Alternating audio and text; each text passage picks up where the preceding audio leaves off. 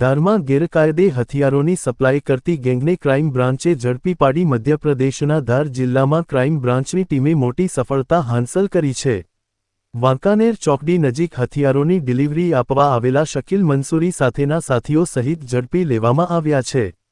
ઝડપાયેલા આરોપીઓના નામ શકીલ મંસૂરી ધાર, જયસુખ ઉર્ફે જસો વાઘેલા, ગાવસ્કર ઉર્ફે દર્શન રોજાસરા, અનિલ વીરા ખેતરિયા, પ્રદીપ કનક્કર અપડા.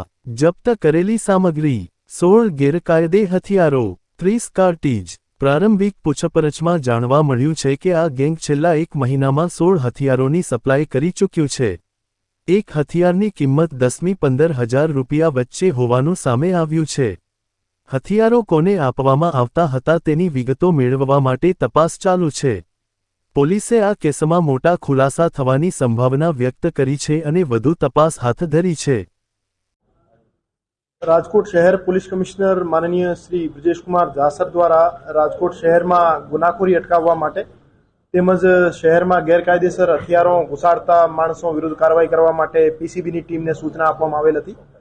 PCB PI Shri M R Gondaliya સાહેબના નેતૃત્વમાં PSI Shri R K Jadeja અને તેમના સ્ટાફ કુલદીપસિંહ જાડેજા, વિજયભાઈ મહેતા અને યુવરાજસિંહ રાણાને એક બાતમી મળી હતી. આ બાતમીના આધારે ગઈકાલે રાત્રે કુવાડવા પોલીસ સ્ટેશન વિસ્તારમાં 2 માણસોને 5 દેશી બનાવટના ગેરકાયદેસર હથિયાર અને 20 કાર્ટ્રીજ સાથે અરેસ્ટ કરવામાં આવેલ હતા.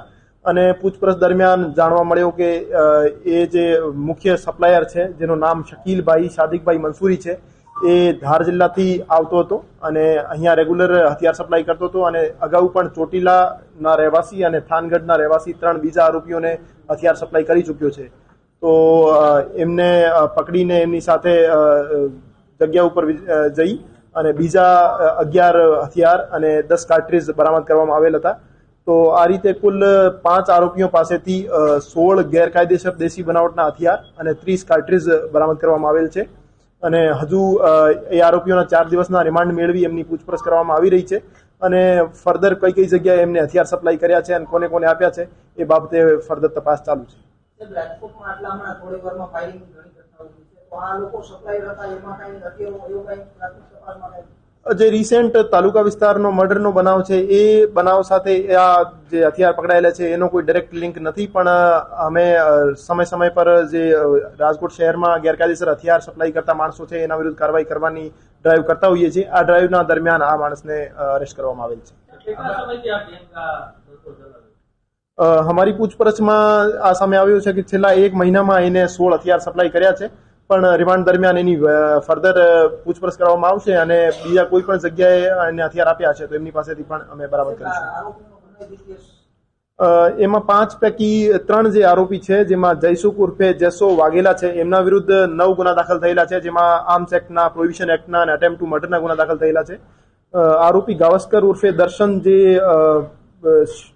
આરોપી છે એના વિરુદ્ધ શાપર વેરાવળમાં અને ગાંધીગ્રામ પોલીસ સ્ટેશનમાં આર્મ્સ એક્ટનો ગુના દાખલ થયેલા છે. આરોપી પ્રદીપભાઈ કરપડા જે છે એના વિરુદ્ધ પણ ચોટીલામાં પ્રોહિબિશન અને આર્મ્સ એક્ટના ગુના દાખલ થયેલા છે. બીજા જે 2 આરોપી છે એમના વિરુદ્ધ કોઈ ગુનો દાખલ થયેલો નથી.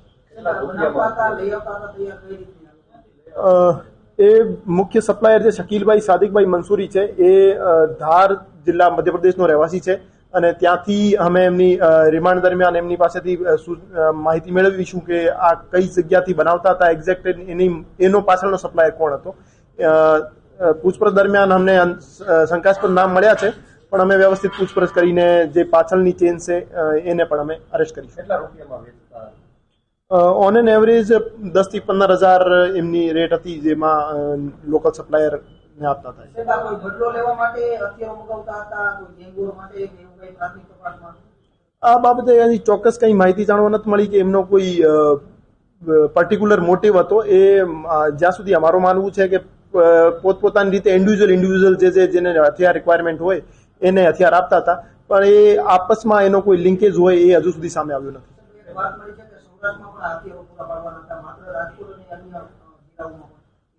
અમે આ જે હથિયાર સપ્લાયર કાર્ટેલ છે એની વ્યવસ્થિત પૂછપરછ કરવાના છીએ અને આ સિવાય પણ સૌરાષ્ટ્રમાં જે પણ હથિયાર સપ્લાયર છે એને બાબતે અમે કાર્યવાહી કરી રહ્યા છીએ અને જૂના જે પણ તમામ હથિયાર ધારાના ગુનાઓમાં પકડાયેલા આરોપી છે તમામની પૂછપરછ અત્યારે અમે કરી રહ્યા છીએ અને સૌરાષ્ટ્રમાં હથિયાર સપ્લાયની કાર્ટેલને અમે તોડવા માટે પ્રતિબદ્ધ છીએ.